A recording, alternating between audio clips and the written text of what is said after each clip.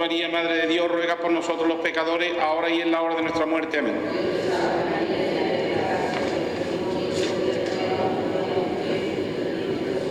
Santa María, Madre de Dios, ruega por nosotros los pecadores, ahora y en la hora de nuestra muerte. Amén.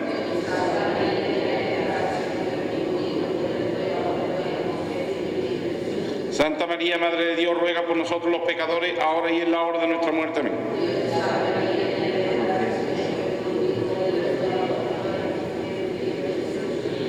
Santa María, Madre de Dios, ruega por nosotros los pecadores, ahora y en la hora de nuestra muerte. Amén.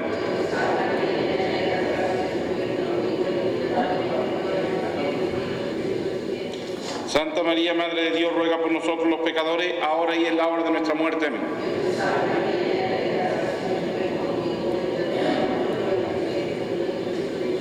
Santa María, Madre de Dios, ruega por nosotros los pecadores, gloria, ahora y en la hora de nuestra muerte. Amén. Como era en un principio, ahora y siempre, por los siglos de los siglos. Amén. Sin pecado concebida. María, Madre de gracia, Madre de misericordia, en la vida y en la muerte, ampáranos en el Señor. Amén. Quinto misterio, María encuentra a Jesús en el templo. Padre nuestro que estás en el cielo, santificado sea tu nombre, venga a nosotros tu reino, hágase tu voluntad en la tierra como en el cielo.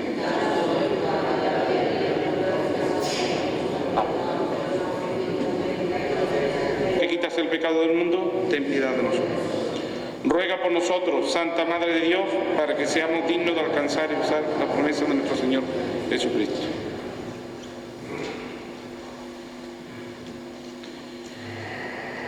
Oraciones del Quinario. Oración al Santísimo Cristo del Buen Fin. Siempre invocando, Señor, tu nombre en mis oraciones, donde con tu nombre pones buen fin repleto de amor, y siempre encuentro el calor de tu cercana presencia, alegrando a tu creencia, agarrado a tu creencia, y por lo que en ti confío, pido tu buen fin, Dios mío, para el fin de mi existencia. Oración a la Virgen de las Angustias. Acuérdate, oh piadosísima Virgen de las Angustias, que jamás se ha oído decir que ninguno de los que han acudido a tu protección, implorando tu asistencia y reclamando tu socorro, haya sido abandonado de ti. Animados con esta confianza, a ti acudimos, oh Madre, Virgen de las Vírgenes, y aunque gimiendo bajo el peso de nuestros pecados, nos atrevemos a comparecer ante tu presencia soberana. No deseches nuestra súplica, oh Madre de Dios, antes bien, inclina a ella tus oídos y dígnate atenderla favorablemente. Amén. En nombre del Padre, del Hijo y del Espíritu Santo.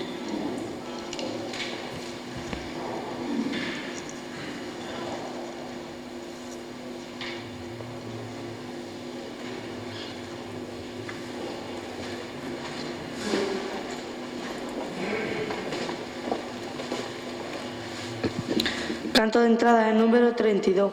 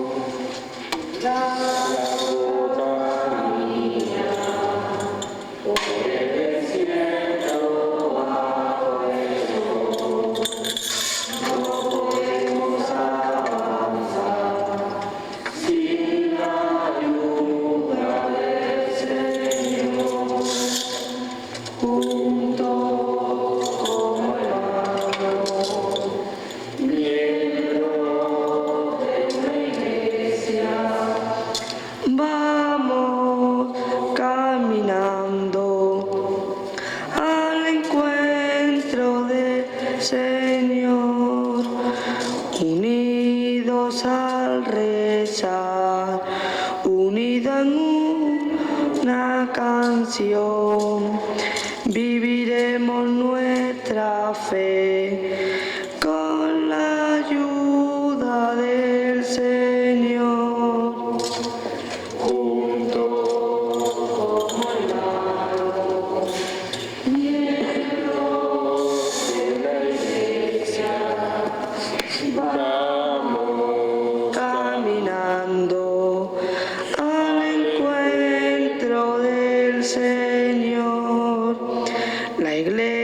Iglesia en marcha está, a un mundo nuevo vamos ya, donde reinará el amor, donde reinará la paz, juntos como hermanos, miembros de una iglesia, vamos caminando al encuentro del Señor. En el nombre del Padre, y del Hijo, y del Espíritu Santo. Hermanos, que la gracia de nuestro Señor Jesucristo, el amor del Padre y la comunión del Espíritu Santo estén siempre con vosotros. Nos reunimos en este último día del quinario al Santísimo Cristo del Buen Fin y a María Santísima de las Angustias para celebrar la Eucaristía en el sábado por la tarde, que ya es domingo para los cristianos, día del Señor y día de la Iglesia. Al escuchar la palabra de Dios en la Eucaristía, intentaremos profundizar en el misterio de nuestro Señor Jesucristo y en el misterio de la cruz del Señor. Participemos de la Eucaristía con un corazón nuevo, renovados todos en la fe en el Señor y en el deseo de encontrarnos con Cristo, nuestro Maestro, nuestro Redentor. Comenzamos la celebración de la Eucaristía puestos en la presencia del Señor, pidiéndole perdón por nuestros pecados.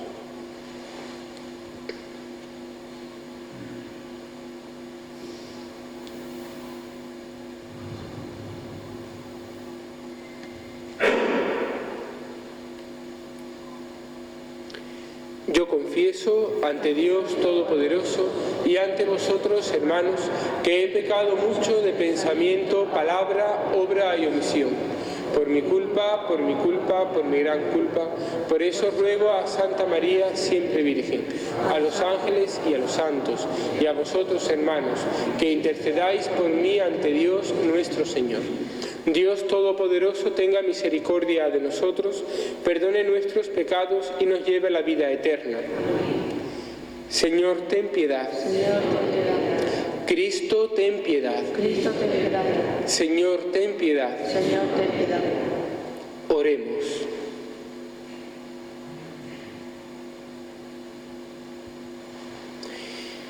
Señor, Padre de misericordia y origen de todo bien, que aceptas el ayuno, la oración y la limosna como remedio de nuestros pecados, mira con amor a tu pueblo penitente y restaura con tu misericordia a los que estamos hundidos bajo el peso de las culpas. Por nuestro Señor Jesucristo, tu Hijo, que contigo vive y reina en la unidad del Espíritu Santo y es Dios por los siglos de los siglos.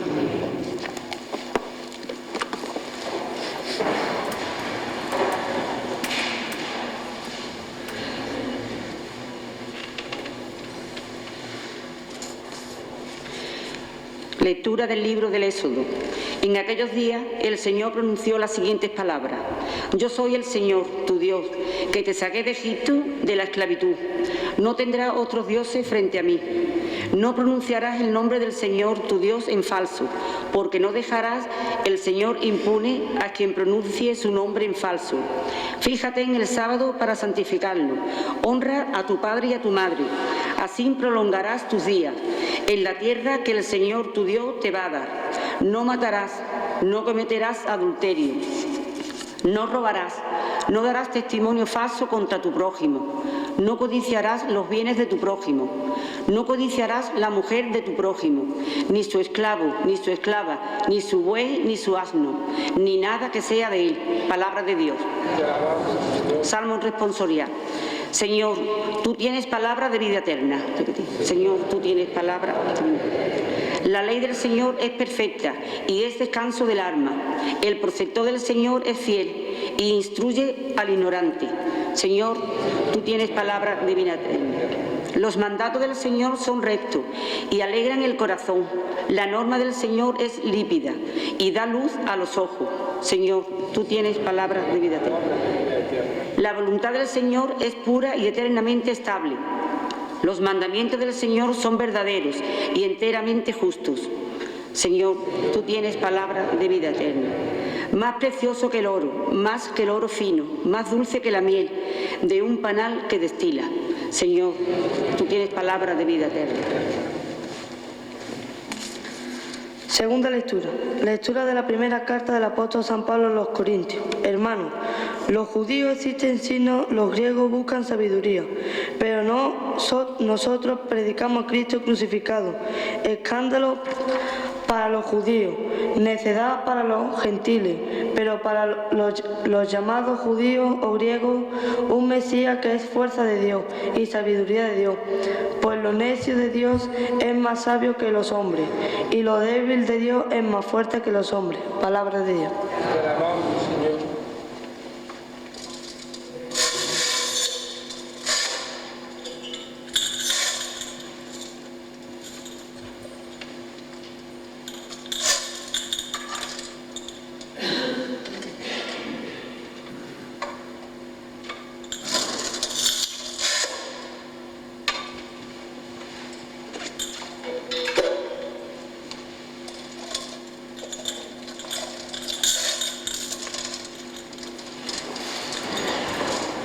El Señor esté con vosotros.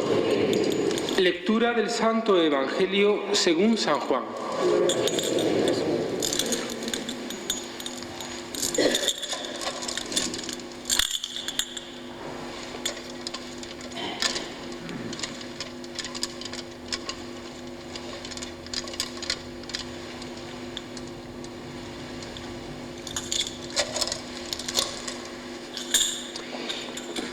Se acercaba la Pascua de los judíos y Jesús subió a Jerusalén y encontró en el templo a los vendedores de bueyes, ovejas y palomas y a los cambistas sentados.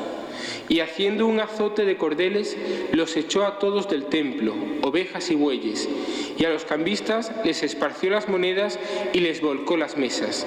Y a los que vendían palomas les dijo: quitad esto de aquí, no convirtáis en un mercado la casa de mi Padre. Sus discípulos se acordaron de lo que está escrito: el celo de tu casa me devora. Entonces intervinieron los judíos y le preguntaron: ¿qué signos nos muestras para obrar así? Jesús contestó: destruid este templo y en 3 días lo levantaré. Los judíos replicaron: 46 años ha costado construir este templo, ¿y tú lo vas a levantar en 3 días? Pero él hablaba del templo de su cuerpo. Y cuando resucitó de entre los muertos, los discípulos se acordaron de que lo había dicho y dieron fe a la Escritura y a la palabra que había dicho Jesús. Mientras estaba en Jerusalén por las fiestas de Pascua, muchos creyeron en su nombre, viendo los signos que hacía. Pero Jesús no se confiaba con ellos, porque los conocía a todos y no necesitaba el testimonio de nadie sobre un hombre, porque él sabía lo que hay dentro de cada hombre. Palabra del Señor.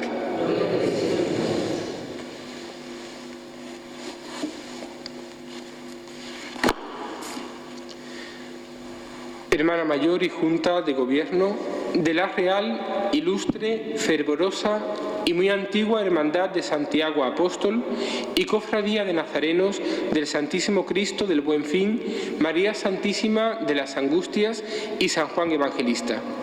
Hermanos que nos seguís desde vuestras casas por la retransmisión de la cadena local de televisión. Hermanos y hermanas todos en el amor del Señor.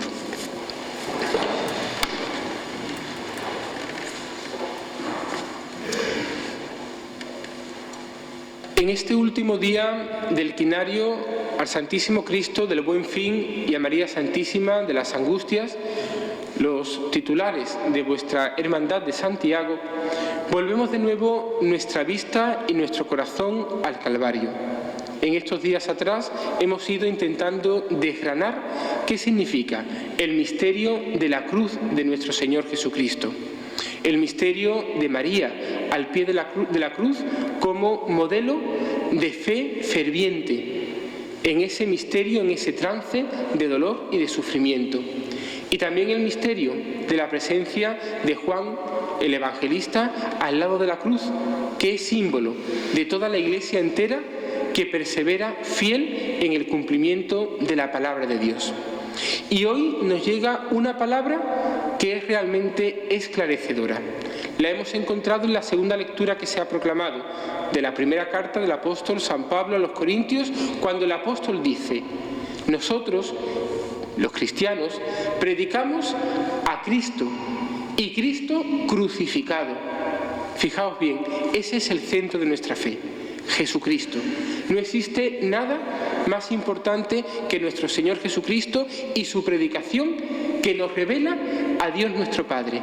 Es más, nos revela, nos enseña cuál debe de ser el camino para llegar a Dios nuestro Padre. Y ese camino es el mismo Cristo. Acordaos cuando en el mismo Evangelio de San Juan Jesús dice: yo soy el camino y la verdad y la vida. En ese diálogo que tiene con Marta y con María cuando la muerte de Lázaro: yo soy el camino que conduce a Dios nuestro Padre, la única verdad, la única vida posible que se puede vivir. Pues bien, Jesús es el centro de nuestra fe. Por eso nosotros nos llamamos cristianos, porque seguimos a Jesucristo, y al seguirlo a Él y convertirnos en discípulos suyos, seguimos también su enseñanza, su mensaje, que es el Evangelio. Volviendo al apóstol San Pablo, nos dice: nosotros, los cristianos, predicamos a Cristo y este crucificado. ¿Por qué crucificado?, dice el apóstol, y no resucitado.